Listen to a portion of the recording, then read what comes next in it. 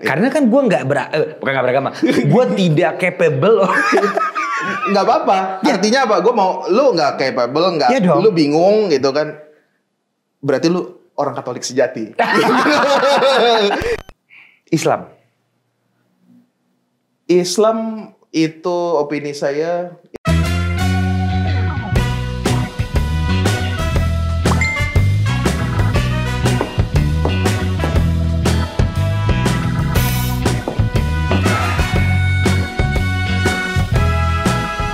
Gimana? Setnya udah aman?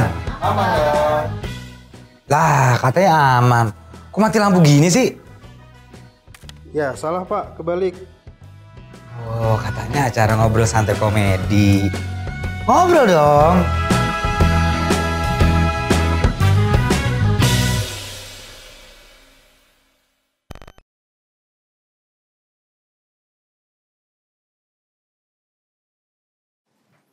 Romo Bekti. Halo, bro. Romo Bekti akhirnya. Gokil. Gimana, merasa lebih hangat dan nyaman ya bertemu dengan saya? Lebih ke punya backingan yang enak ya. Oh, ya kan? oke, siap. Penuntun jalan. Penuntun jalan. Biasa kan penuntunnya yang akhirnya saya bisa ngobrol. Siap. Romo Bekti makasih banget loh. Thank you, sama. Ada Romo yang pakai sepatu Vans, pakai tanda jeans juga, punya head to head lah. Yes.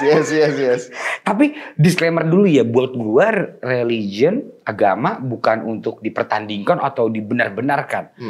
Lu setuju nggak statement itu? Betul.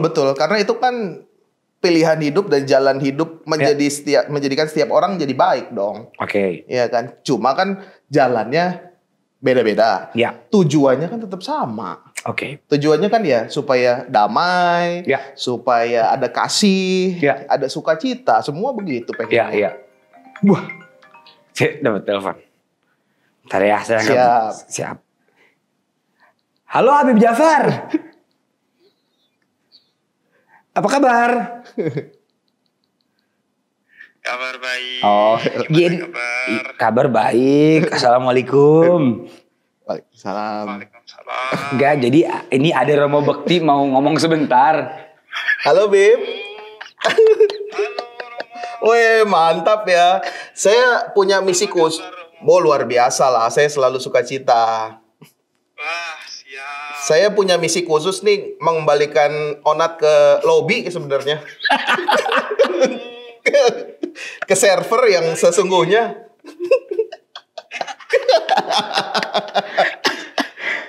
Iyalah, pokoknya Onat mah yang penting gak mabuk aja. Oh, kalau di sana nggak boleh mabuk ya? Iya. Oh, kalau kita ya saya. Masa Hah? sampai seperti Onat kayaknya enggak juga ya. Kayaknya Yesus gak gitu-gitu amat deh. Yesus minumnya itu anggur, Beb. Iya, makanya. Ah, itu dia.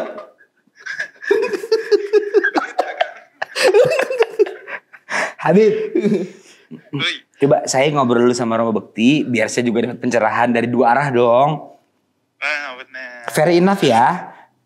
Iya. Fair dong. Jadi sebelum konten login kita mulai, saya harus ngobrol dulu sama Romo Bekti. Ini di konten itu, di konten face to face lo. Iya dong. Mantap ya. Jadi coba saya dapat pencerahan dari Romo Bekti dulu. Kan kemarin sudah dapat pencerahan dari Habib ya. Gitu. Jadi ya udah Bib, assalamualaikum Bib. Salam. Waalaikumsalam. Thank you ya Bib ya. Habib Jafar. Siap. Habib Jafar. Tapi Habib Jafar tuh the best sih menurut gue. Maksud gue berani, santai gitu. Nah akhirnya dari umat Katolik pun kita punya Romo Bekti nih yang maksud gue stigmanya tuh malah Romo TikTok dibilang. Ya kan? Itu dari mana sih? Kok bisa ada Romo TikTok? Karena ada SK-nya tuh, Nat. Jadi saya ditugaskan di paroki gereja TikTok. Enggak bercanda gitu ya. Enggak. Ya kayaknya sekarang itu yang paling berjalan ya untuk pewartaan semua. Oke. Apa yang rame di TikTok, apa yang dibicarakan di TikTok jadi seru dan jadi rame. Nggak. Bahkan bisa menggiring opini. Maka waktu saya boom di TikTok, gue pakai aja tuh media itu. Oke. Ya, untuk mewartakan, nggak ada salahnya juga. Iya. Tapi works pada akhirnya pas seorang kan mas aku kan Romo kan udah kasta tertinggi ya. Ibaratnya kalau di Islam ada Habib, ada Ustadz, kalau di Katolik kan ya Romo gitu Yes. ya. Kalau Kristen pendeta. Nah, waktu Romo Bekti mutusin buat main TikTok gitu, berarti itu emang untuk mewartakan, untuk mewartakan sesuatu. Apa emang ingin apa? Motifnya apa? Sebenarnya mau bagi cerita aja. Oke. Bagi kegembiraan, bagi Ya. sukacita gitu. Ya. Oh ternyata jadi Romo tuh sukacita juga loh Ya, gitu. ya. Oh ternyata jadi orang Katolik ya itu juga damai juga, sukacita juga. Nah, saya mau bagikan cerita hidup saya aja, Nat. Oke. Supaya semakin banyak orang juga merasakan damai, merasakan sukacita. Oke. Dan works ya. Works ya. Works Jadi banget ya. banget Iya, ya. iya. Banyak juga akhirnya yang mengalami melalui saya, Ya. melalui gue merasakan kasih Tuhan. Oh ternyata Tuhan tuh bicara ini loh. Oke. Oh oke. Tuhan tuh kasih pesan ini loh. Oke. Gitu. Mungkin kan, TikTok kan cuma sebentar ya. Ya. Paling 1, 2, 3 menit. Ya. Tapi bagaimana itu bisa membuat orang, aha, gitu loh. Oke. Bisa yang tadinya mungkin udah larut gitu ya, sibuk dan lain. Ketika lihat TikTok, ada saya di situ muncul. Oh ada sesuatu loh. Semacam reminder. Oke. Iya kan? Oh ternyata ada gini loh. Ya. Oh ternyata iman saya begini loh. Gitu aja Nat. Motifnya itu awalnya. Motifnya ya. itu aja, berbagi cerita. Dan market yang didapat sama Romo Bekti selama yang TikTok setelah berkhotbah di TikTok lah ya. Itu marketnya apa tuh? Yang kena ibu-ibu kena pasti ya. Ibu-ibu kena. Karena kan Anda juga ada komedi ya mau ya. Iya. Berbalut komedi ya. Berbalut ya. Hampir semuanya ya. Ya. Semuanya dari ibu-ibu, keluarga. Ya. Lalu juga orang muda pastinya. Karena kan cari ya Romo yang agak seru gitu kan. Ya, Romo yang gak kaku-kaku banget gitu. Iya. Anak-anak juga kena. Karena saya juga ada satu konten yang bicara soal bagaimana nih membina iman anak. Oke. Saya ya udah cerita hidup saya aja. Oke. Dengan gaya saya. Oke. Tapi isinya tetap pewartaan. Khotbah. Oke. Gitu. Kalau ngomongin anak-anak, gue tuh selalu amazed banget sama seorang Romo yang mendedikasikan dirinya pengen menjadi Romo. Karena kan pertama susah ya. Iya. Untuk menjadi Romo kan pendidikannya juga ada. Ada. Yang dikorbankan nggak main-main loh. Tidak menikah, tinggal di gereja, jauh dari harta. Yes. Berarti kan yang Romo tinggalin demi Katolik ini kan effort banget ya. Nah kalau gue flashbackin, motifnya apa tiba-tiba? Gue pengen jadi Romo Itu kan lu ninggalin semua duniawi ya? Iya begitu. Iya dong. Begitu. Iya dong. Iya. Motifnya gue dulu sebenarnya ya mau jadi Romo iya, tapi nggak kuat-kuat banget. Iya. Gue dulu kecil bandel Nat. Lu badung? Bandel gue, cabut-cabutan juga di sekolah. Gue SMP SD udah cabut, tawuran. Dulu sekolah gue masih tawuran. Gitu. Terus SMP gue cabut main biliar. Wah pokoknya nggak suci-suci banget lah. Ke gereja juga ya seadanya gitu. Minggu ya kalau lebih pilih nonton kartun lah ya zaman dulu gitu loh. Iya. Gue nggak suci-suci amat, nggak doa juga nggak kuat-kuat. Keluarga gue juga nggak ada yang jadi Romo, jadi suster gitu. Tapi keluarga religius? Nggak terlalu Nat. Soso lah, biasa lah ya. Karena ya orang tua gue juga jadi Katolik baru gitu kan setelah menikah. Ya biasa aja sebenarnya. Hanya waktu itu triggernya adalah ketika gue pengen sekolah asrama. Kok bisa tiba-tiba pengen sekolah asrama? Itu ada ceritanya. Kakak gue gue bertiga bersaudara. Kakak gue yang pertama dia sekolah asrama. Dia selesai, kakak gue kedua masuk sekolah asrama. Kakak gue yang kedua selesai. Waktunya gue lulus SMP nih. Gue sebagai cowok satu-satunya. Ya gue bertiga, cewek, gue cowok terakhir. Oke. Gak mau kalah dong. Iya. Gue pengen masuk asrama nih.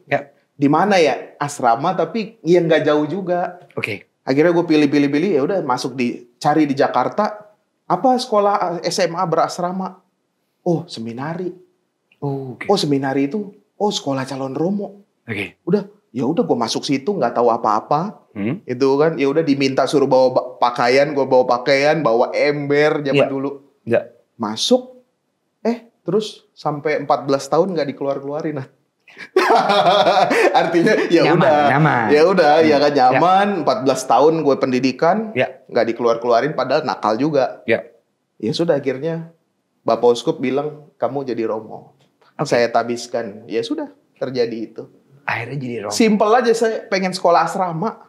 Awalnya itu ya? Itu. Oke. Cuma dalam perjalanan 14 tahun kan akhirnya ya sudah dimurnikan. Iya. Bagaimana gue akhirnya punya nilai lebih untuk melayani, meninggalkan tadi yang lebih badung-badung ya. Ya. Tapi ada satu sentuhan nggak, maksud gue ada satu trigger yang kayak gue harus jadi Romo karena mungkin gue capek badung atau gue pengen mewartakan kasih Tuhan gitu. Apa lu ada trigger apa Mo pada saat itu? Ada 2 pengalaman triggernya. Yang pertama adalah ya gue pengen melayani lebih. Ya kan. Gue udah dikasih Tuhan, gue di tengah lahir di keluarga yang ya sederhana tapi oke gitu kan. Juga ya nggak kudus-kudus banget. Ya udah akhirnya gue merasa dicintai. Gue mau deh mencintai Tuhan. Gimana caranya? Gue pilih jalan ini. Jalan jadi Romo ini. Itu yang pertama. Lalu yang kedua, hampir-hampir gue mungkin 12-13 tahun gue pendidikan. Di situ nyokap gue baru cerita bahwa dulu dia pernah berjanji sebelum gue lahir. Dia berjanji dia ngelihat perarakan Romo-Romo gitu. Dia berjanji kalau saya dikasih anak cowok, kan gue terakhir cowok ya. Kalau saya dikasih anak cowok, saya pengen lihat suatu hari anak saya itu ikut di barisan itu. Itu jauh setelah gue di seminari ya. Itu udah gue mau jadi Romo. Ya udah akhirnya itu menguatkan gue. Oh ternyata dari awal sudah didoakan sama nyokap gue. Dari lu lahir malah. Sebelum ada mungkin. Sebelum ada ya. Kan? Karena doa itu lalu beberapa bulan kemudian nyokap gue hamil gue.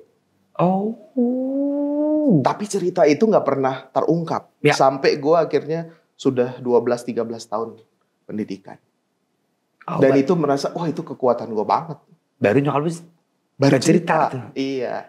Mukjizat doa. Berarti doa ternyata nyokap gue doanya kuat gitu ternyata Iya. Dan gue, kayaknya nggak bisa dilawan.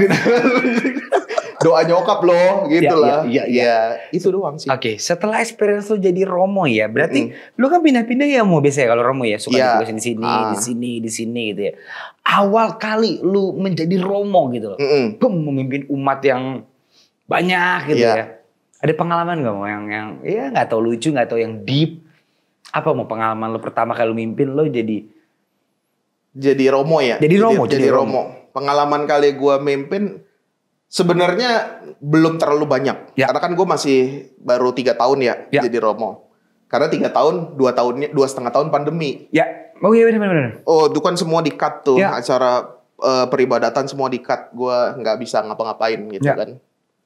Yang lucu adalah banyak sih kisah lucu, tapi justru sebelum jadi Romo. Tapi pas jadi Romo ya itu tadi ya, ketika suatu hari gitu ya, ketika lagi misa online lah ya, online zaman itu ya, zaman pandemi. Itu lalu suatu hari saya cuma homili aja, cuma mewartakan.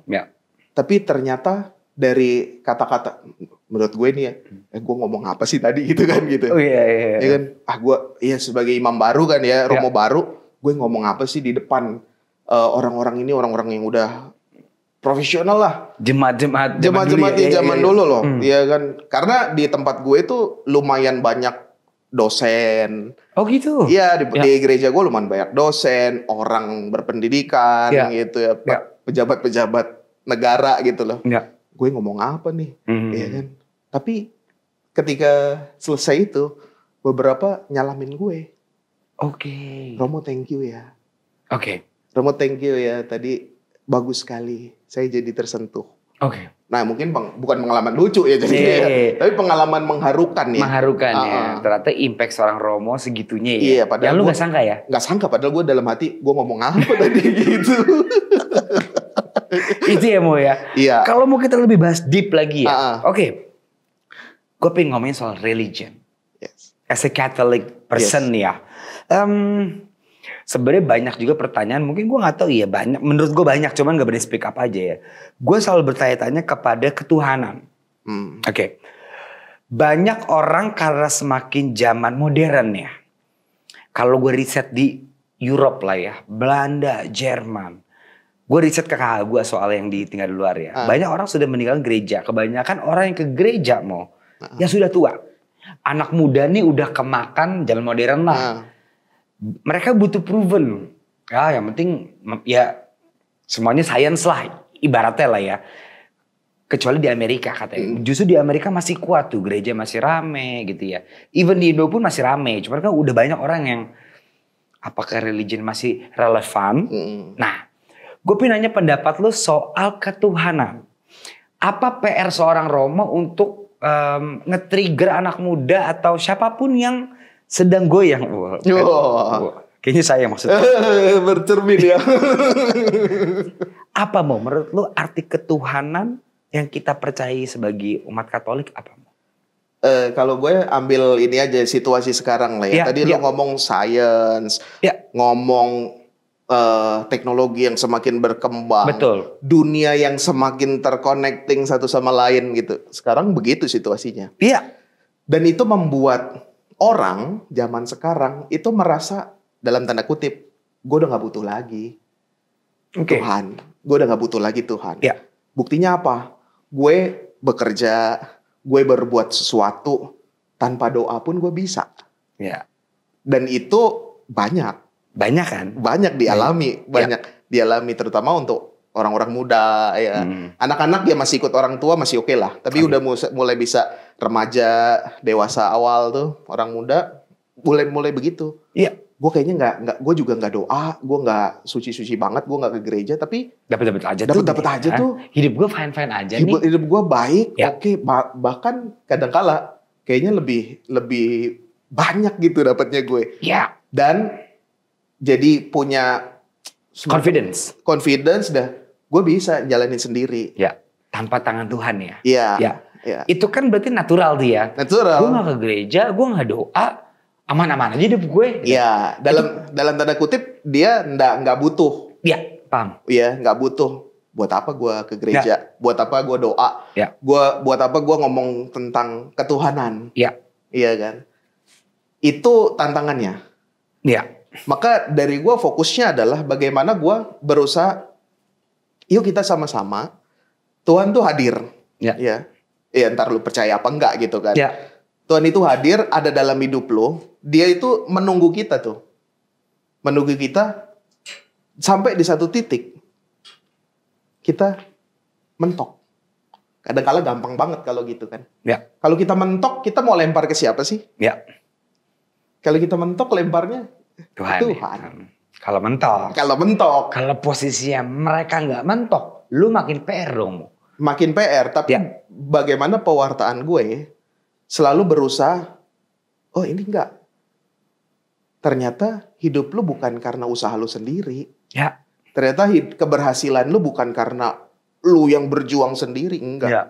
Oh ada lu orang-orang support system lu. Ya. Salah satunya adalah yang kuasa yang ilahi itu, ketuhanan. Oke. Bagaimana lu dalam, nggak apa-apa lu menyadari, oh gue bisa begitu, bisa. Gue hidup baik. Ya. Tapi ternyata hidup baik lu itu asalnya dari mana? Ya kan. Ternyata hidup baik lu itu support sistemnya dari mana? Ya. Dari kebaikan yang lain. Ya.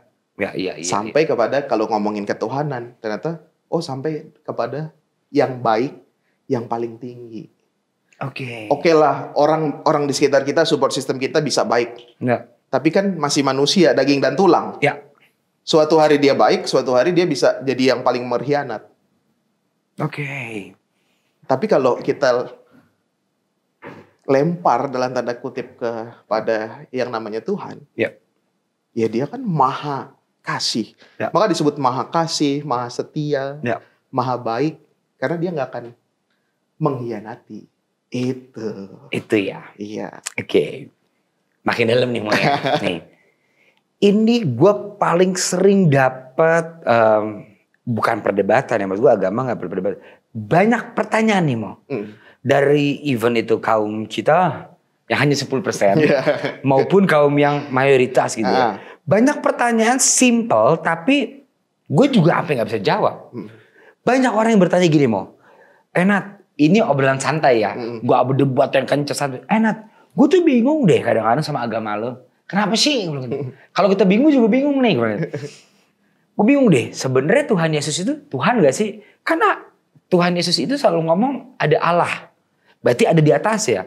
Tapi kok Tuhan Yesus mengklaim dirinya Tuhan? Wah, itu bisa dijawab nggak Mo?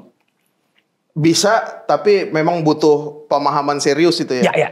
Tapi gue mau komentar dulu. Ya. Lu tadi bilang, waduh gue juga bingung gitu kan. Iya. Karena kan gue bukan nggak beragama. Gue tidak capable.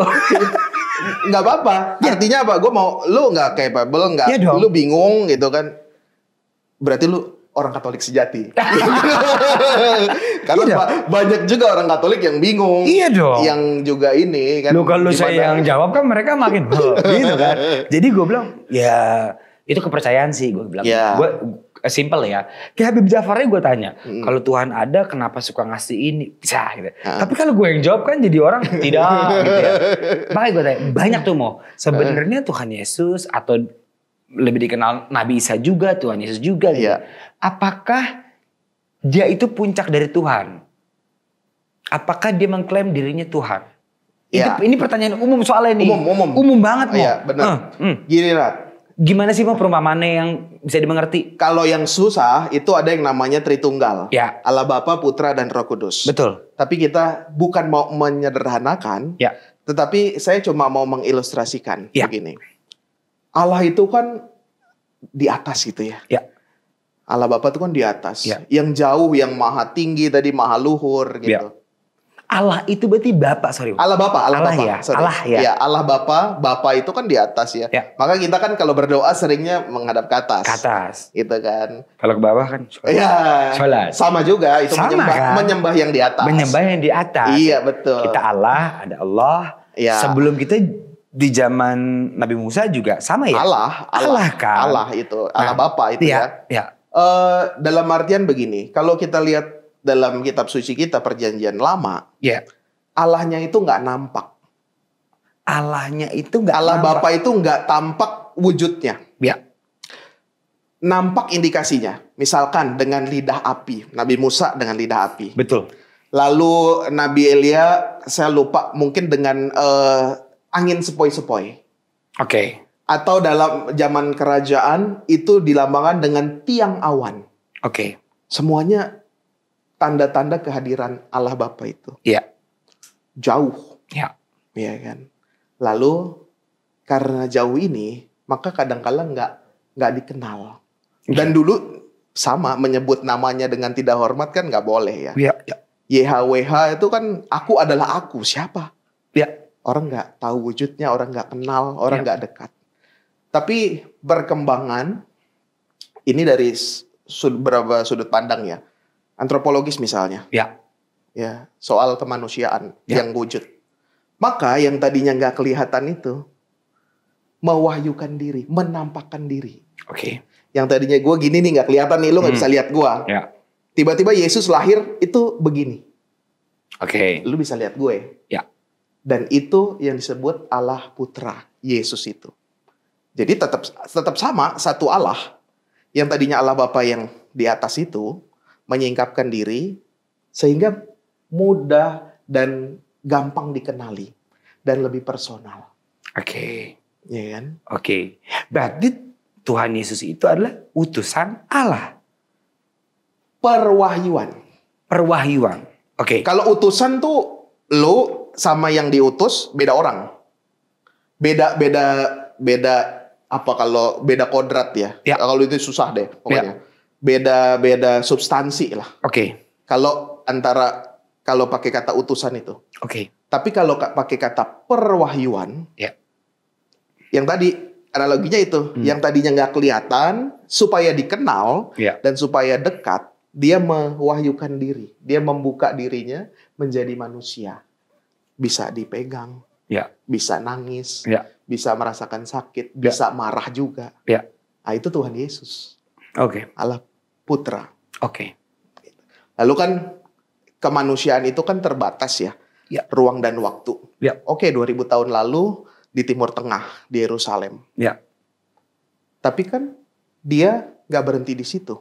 Oke. Allah Bapa tetap ada tuh, bekerja, maka dia mengutus siapa? Ketika dia wafat, bangkit, naik ke surga, Ya. dia mengutus Allah Roh Kudus. Oke. Sampai hari ini. Oke. Menemani kita, menuntun kita untuk sederhana aja, untuk hidup dalam damai. Oke. Itu ya. Itu sebenarnya. Sederhananya ya. Iya, Kalau kita bahas itu lebih berat jauh kan? lebih berat lagi, Iya, ada iya. banyak. Iya, Tapi, iya, iya. tapi supaya bukan sederhana sih, supaya lebih mudah Pahami ya. Iya, iya, iya, oleh iya. teman-teman yang lain. Ya. Itu kan soalnya banyak ya perbincangan itu kan Iya. pasti Romo sering dengar lah ya. Banyak katanya 3 Allah lah, Ya kayak gitu kan. kan. Ya kan. Saya sendiri juga kalau ditanya, kadang juga suka bingung, Nat. Ya, ya, Gitu. ya, ya, ya. Tapi kebingungan itu tanda bahwa kita ada ini istilahnya. Kita nggak bisa memahami Allah yang begitu besar lah. Ya. Otak kita seberapa sih? Ya. Pengetahuan kita seberapa? Itulah ada yang namanya misteri Oke. ilahi. Oh, misteri ilahi. Iya, kayak lagu ya. Lagunya Dewa ya itu ya. Oke, Ada Dewa yang- dari situ ya. Iya, iya. kayak ada yang namanya misteri ilahi. Misteri kan yang belum terungkapkan, Ya, yang nggak bisa kita pahami. betul. Nah, itu ada namanya sisi itu, Oke. misteri ilahi. Kalau ngomongin misteri ilahi kan ke lagu ya. Yes. Ada lagi nih, lebih deep lagi. Yes, Bro. oke. Gini Mo, kalau ternyata surga dan neraka nggak pernah ada lagunya. Nggak ada ya. lagunya juga tuh. Romo nyesel nggak jadi Romo? Nggak nyesel. Kan misteri ya. Iya. Kan nggak pernah ada orang ke surga balik, halo saya masuk surga. Tidak ada. Iya. Halo. Itu kan misteri ya. Bisa dipercaya, boleh dipercaya, terserah orangnya. Iya. Buktinya kalau kita rentetin ke 5 agama yang diakuin di sini, 6 ya. Kan kayak misalnya di Hindu dan Buddha kan tidak mengenal surga dan neraka. Iya. Jadi kan itu urusan masing-masing ya. Mau percaya ayo, enggak ya urusan masing-masing. Seandainya surga dan neraka tidak pernah ada, Yes. nyesal nggak jadi Romo? Oh, nggak nyesel lah. Nggak. Kenapa? Ya sudah, hidup di dunia ini ya sudah saya berikan yang terbaik. Berarti kan ibarat kata nggak ada nih ya. Ya, surga Ini ibarat kata ya. Ibarat kata Kan ada lagunya ya. Ada lagunya. Jika surga. Bener dong ya. Dan neraka pernah ada. Ya. Maka orang juga nggak berantem gitu kan. Iya, iya kan. Orang gitu. Tapi Nyesel. saya nggak pernah menyesal, nggak pernah menyesal. Iya. Ya karena apa? Karena ya istilah kata kita hidup di dunia, ya gue udah kasih yang terbaik. Even gue mau masuk surga, mau masuk neraka itu gue juga bukan kuasa gue gitu kan. Iya. Jangan kira Romo-Romo juga masuk surga. Iya. Kita nggak tahu, kita nggak tahu kan. Setuju, bener. Jangan kira, yang masuk Romo otomatis masuk surga, nggak juga gitu kan. Atau pemuka agama ini pasti kan masuk belum jaminan ya. juga, belum tentu jaminan Iya. juga. Ternyata kan ditentukan juga bagaimana dia mengamalkan kasihnya. Iya. Maka gue nggak pernah nyesel. Oke. Toh gue menjalani ini kan supaya hidup di dunia ini gue tentrem, Iya. gue nyaman, Ya. gue tenang. Ya. Nah itu, jadi nggak pernah nyesel gue. Damai dalam diri lu sendiri aja dulu ya. Iya. Resultnya ya lihat aja nanti. Yang penting enjoy Iya. kasih ya. Iya, karena gue juga belum pernah ke surga. Iya kan? Kalau udah pernah sama kita rebutan. Iya. Iya. Tapi itulah kepercayaan ya. Makanya gue suka banget apapun kepercayaannya. Kalau dia enjoyful dan peaceful, ya udah, ya kan? Makanya zaman Soekarno. Wah. Makanya agama diketok ada 6. Pancasila ya kan. Iya. Jadi orang bebas memilih agama apapun. Iya. Kita sama-sama setuju itu ya. Setuju. Setuju ya. Oke. Next question. Berat lagi nih Mo ya. Oke. Kadang gue berpikir nih Mo ya. Ini pernah gue tanya juga ke Habib Jafar. Ngapain ya Tuhan kadang-kadang suka ngasih bencana alam ya. Gempa bumi, tsunami, you name it lah. Kenapa Tuhan ngasih bencana? Nanti jawabannya klise. Ya Tuhan tidak pernah memberikan cobaan yang melebihi apa namanya Mo? Kekuatan umatnya. gitu. Kan sebenarnya klise ya, tapi maksud gue mau kenapa ya? Kok kalau Tuhan itu ada atau Tuhan itu baik, kalau Tuhan itu Maha Kasih, kenapa dia memberikan kita bencana? Menarik nih, Nat ya. Tapi gue balik pertanyaan. Ya. Kalau Tuhan udah atur semuanya hidup lu jadi seru nggak? Tuhan, oh nih lu udah diatur nih. Ya. Oh nih begini. Lu jadi seru nggak hidup lu? Kebayang nggak? Sama semua gitu. Hidup orang sama semua. Ya. Kurang seru sih. Kurang seru kan? Kurang menarik ya? Kurang menarik ya. Ya. Artinya ketika kita diciptakan, kita tuh kan dikasih kebebasan. Betul. Ya, sebagai manusia kita punya kehendak bebas. Ya. Justru Allah maha baiknya itu karena kita dikasih kehendak bebas. Kalau dia jahat ya udah dia atur semua. Oh ini semua baik. Udah hidup begitu aja. Oke. Tapi di sisi lain ya. Dengan kebebasan itu kita bisa jadi lebih terbuka dong. Oke. Dengan peristiwa-peristiwa itu juga. Oke. Mungkin dalam tanda kutip peristiwa-peristiwa yang bawa kita dalam penderitaan lah ya. Ya. Ya kan. Ya. Tapi kan lu bilang juga, karena Allah maha baik. Kenapa dia izinkan menderita gitu? Itu sebenarnya kan kebebasan kita. Oke. Kita mau bagaimana nih? Dalam penderitaan itu kita mau menyalahkan Allah, Ya. ya kan? Atau justru menjadi Pembelajaran. Oke. Stepping point Ya. buat kita lebih merenung dong. Oke. Lebih koreksi diri, Ya. ya kan? Kan kita bebas. Ya. Itu dia. Maka kenapa Tuhan kasih kita juga bisa berbuat dosa? Ya. Cobaan. Ini itu. Karena kita kan dikasih kebebasan untuk memilih. Ya. Kalau kita dipilihin sama Tuhan semua, Nggak nggak seru. Nggak seru. Gua nggak bisa bandel, Nat. jadi gitu. Ya. Ya. Kenapa? Karena Tuhan tuh mencoba kita, mencoba. dikasih bencana, dikasih ini. Ibaratnya kalau yang relatable ya dipecat. Udah berdoa pun juga tidak dikabulkan, gitu ya kan? Kadang kan orang banyak yang bertanya. Banyak. Ya kan? Maksud Tuhan tuh apa maksudnya? Itu. Iya, karena dikasih kebebasan, kita merdeka untuk memilih tuh tadi. Iya kan? Dalam situasi seperti itu kita mau apa nih? Iya kan? Barusan gue upload ada 4 tipe orang. Ya, apa itu? Yang pertama, lu kaya, sehat, keluarga lu damai, bahagia. Lu bersyukur. Oke. Komentar gue, ya memang sudah layak dan sepantasnya dong. Ya. Ya kan? Tipe kedua, lu kaya, lu punya kesehatan, lu keluarga lu baik, tapi lu gak bersyukur. Oke. Ada juga yang begitu. Ya. Komentar gue, lu keterlaluan. Iya dong, ya, lu udah dikasih banyak itu, tapi lu gak bersyukur, lu keterlaluan. Yang ketiga, mungkin pekerjaan lu susah. Ya.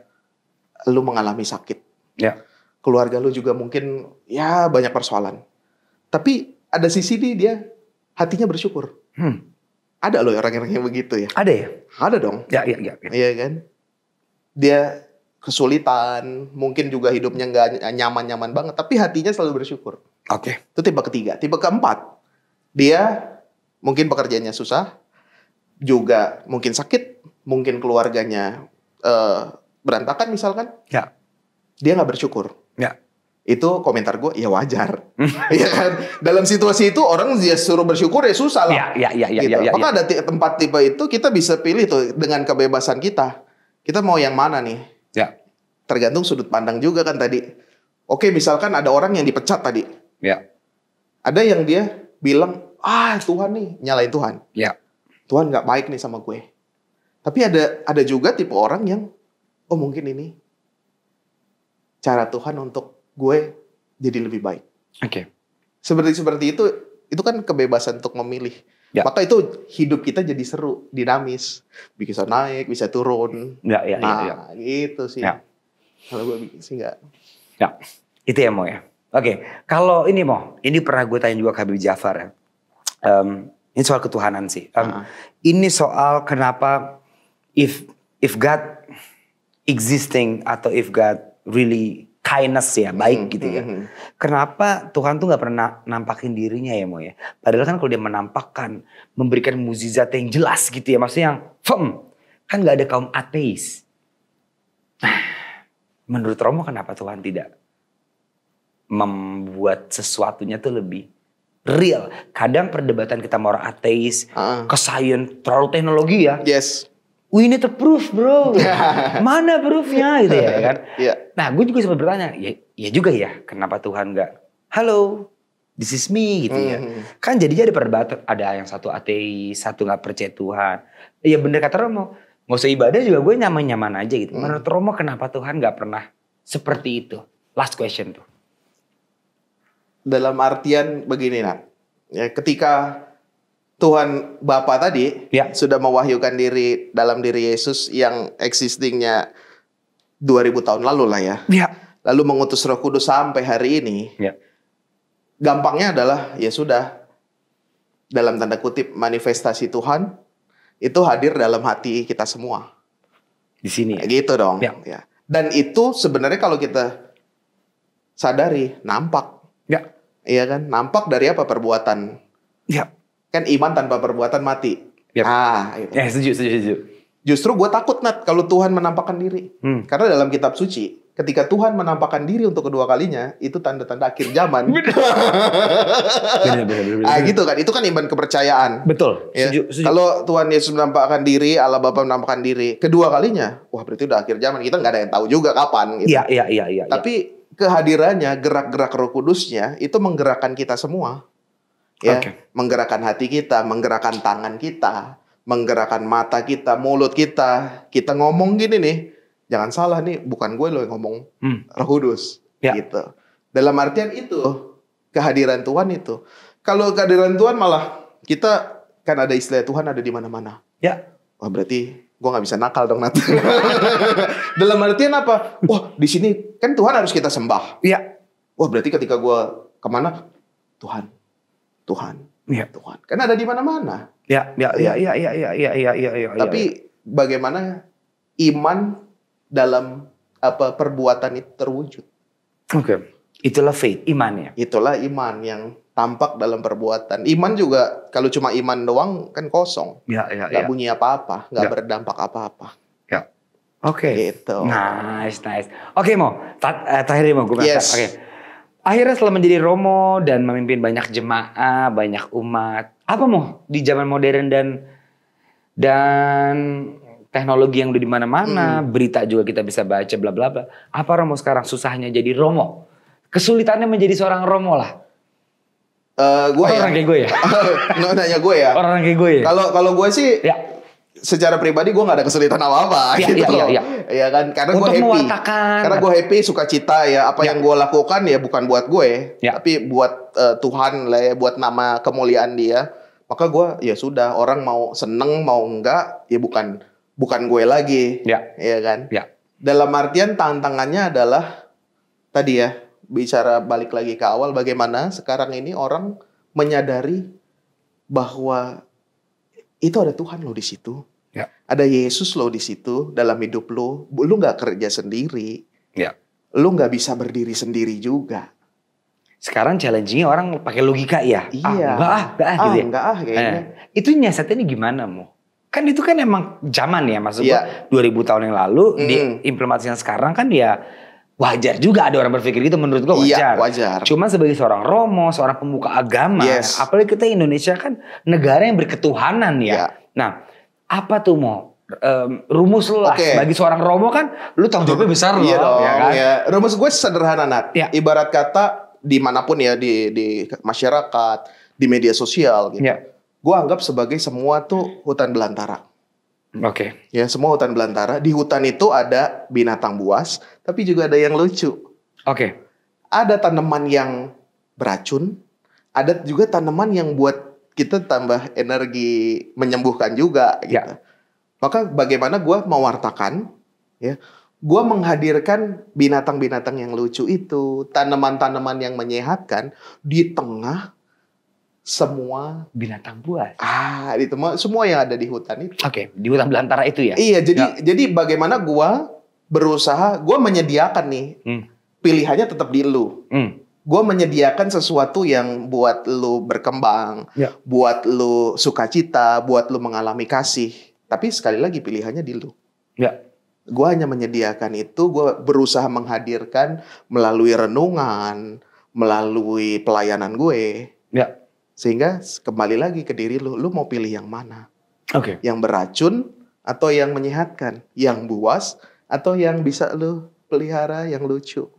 Oke. Rumus gue gitu aja. Oke. Gue menyediakan pilihan yang baik. Oke.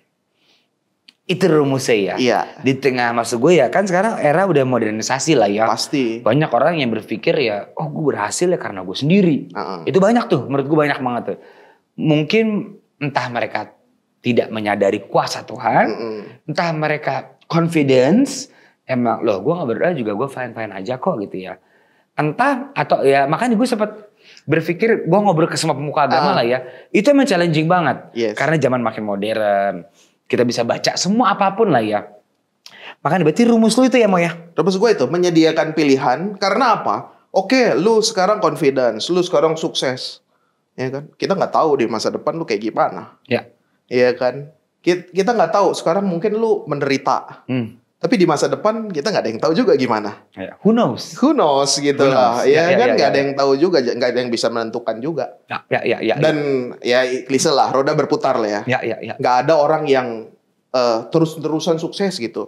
Pasti ada satu kesempatan dia jatuh. Ya. Tapi juga jangan minder. Lu yang sekarang jatuh, jangan merasa gini Tuhan jahat nih. Enggak, suatu kali lu juga pasti akan Diangkat.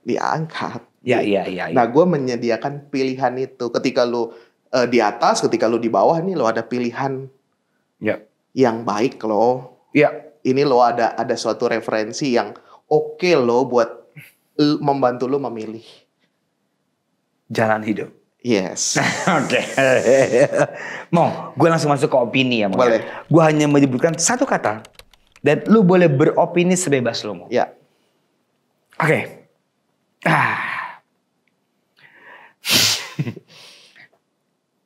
Sosial media. Ladang pewartaan yang zaman sekarang works, yang diminati banyak orang, yang dimana apa yang ada di situ bisa menjadi sebuah keyakinan baru. Oke. Ya. Dan gue bekerja di dalam itu. Oke. Karena lu, karena lu juga ketua pemuda. Kepemudaan Keuskupan Agung Jakarta. Oke, berarti lu ketuanya Mo. Yes. Untuk para pemuda yang tersesat. Kayaknya kalau di kitab suci kan 99 yang di kandang, satu yang tersesat. Nah. Kayaknya sekarang satu yang di kandang, 99 yang tersesat. Itu tugas lu ya, buat membalikan ke kandang. Tugas kita bersama lah. Tugas kita bersama lah ya. Benar. Semua kita. Ada saatnya lu ntar balik ke kandang. Loh, gitu. kan Anda ketuanya. Iya. Kita ngikutin Pak Ketua. Oke. Judas Iskariot. Ya. Murid yang sebenarnya baik, Ya. cuma salah jalan. Iya dong, ya. Ya dong. Kalau Kan dia nggak berkhianat ya. Kalau nggak baik dia nggak dipilih oleh Tuhan Yesus dong. Ya. Tapi kan dia dipilih jadi 12 rasul loh. Ya. Cuma di akhir dia salah jalan, kepleset. Kepleset. Iya. Karena uang. Iya, Wow. ya itu kan udah ditandakan tuh dari zaman dulu ya. Ya. Orang gampang kepleset dengan ini. Jadi Judas Iskariot opini Romo apa?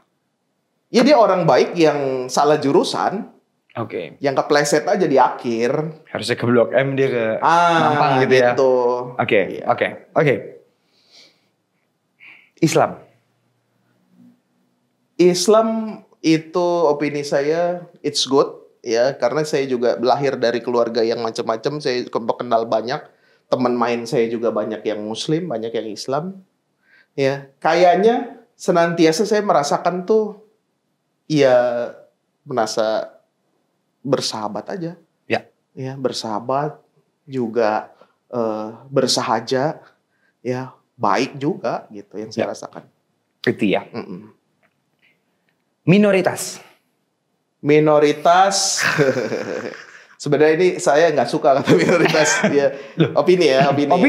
Sebenarnya saya nggak suka kata minoritas karena itu membuat sekat buat kita. Ya, tapi di culture kita kan memang ya kita minoritas. Gitu. Makanya opini soal minoritas di negara kita. Iya, secara jumlah. Secara jumlah. Kualitas belum tentu. Anda nggak lihat siapa pemimpin-pemimpin orang-orang penting di Indonesia ini. Oke, minoritas secara jumlah aja gitu. Istilah secara jumlah, tapi ternyata negara ini dikendalikan oleh yang minoritas itu kan. Cuman ada beratnya nggak menjadi seorang minoritas? Gue kasih ini deh mau clue soal misalnya negara barat ya. Toh negara barat pun juga kadang mereka rasis juga. Misalnya kita ngomongin soal negara yang banyak kayak China, US, India gitu ya. Kan sebagai yang minoritas pun pasti banyak juga yang tidak. Nah, Romo merasakan nggak sebagai seorang minoritas di negara kita ya kita ngomonginnya. Ada nggak kurang keseimbangan toleransi lah? Ngerasain nggak? Seperti pembangunan. Pembangunan. Iya itu kan yang teknis banget ya. Teknis banget. Tapi secara indeks kan kita negara paling toleran gitu ya. Ya. Tapi gue setuju loh. Gue salut karena 90% kita kan muslim ya. Dan kita tidak pernah ada peperangan seperti misalnya kita ngambil Timur Tengah ya. Suriah. Atau India gitu. Ini kan wow banget ya. Kita kan negara muslim terbesar loh di dunia ya. Iya. Dan jarang ya ada keributan masih ada kecil ya, oknum lah. Tapi di antara ratusan juta. Iya. Romo ngerasa tentram gak? Tentram. Aman kan? Aman. Santai, gue juga bisa berdampingan. Iya dong. Ya, ngobrol dengan Habib Jafar juga santai aja gitu. Makanya tagline berbeda tapi bersama. Tapi kalau bisa bersama. Maksudnya dia yang bersama saya ya. Bisa rame dunia persilatan itu. Habib Jafar. Habib Jafar. Ya. Kekinian. Ya, santai. Tapi juga berisi. Ya. Dalam artian dia nggak ngomong sembarangan. Oke. Dia sarjana itu kan, sarjana filsafat juga, belajar filsafat juga. Ya. Baca buku Paus Fransiskus juga. Ya. Berisi dia. Ya. Berisi. Sehingga biarpun penampilannya, kenampakannya begitu, ya. Tapi isinya tuh dia berbobot. Oke. Dia isinya sesuai dengan apa yang dia imani dan dia pelajari dengan benar. Nice. Romo Bekti, terima kasih banyak. Thank you, Nat. Saya punya backingan akhirnya. Jadi kita kembali ke lobby ya. Habib Jafar. Romo, makasih ya. Thank you, Nat. Tuhan berkati. Luar biasa, thank you.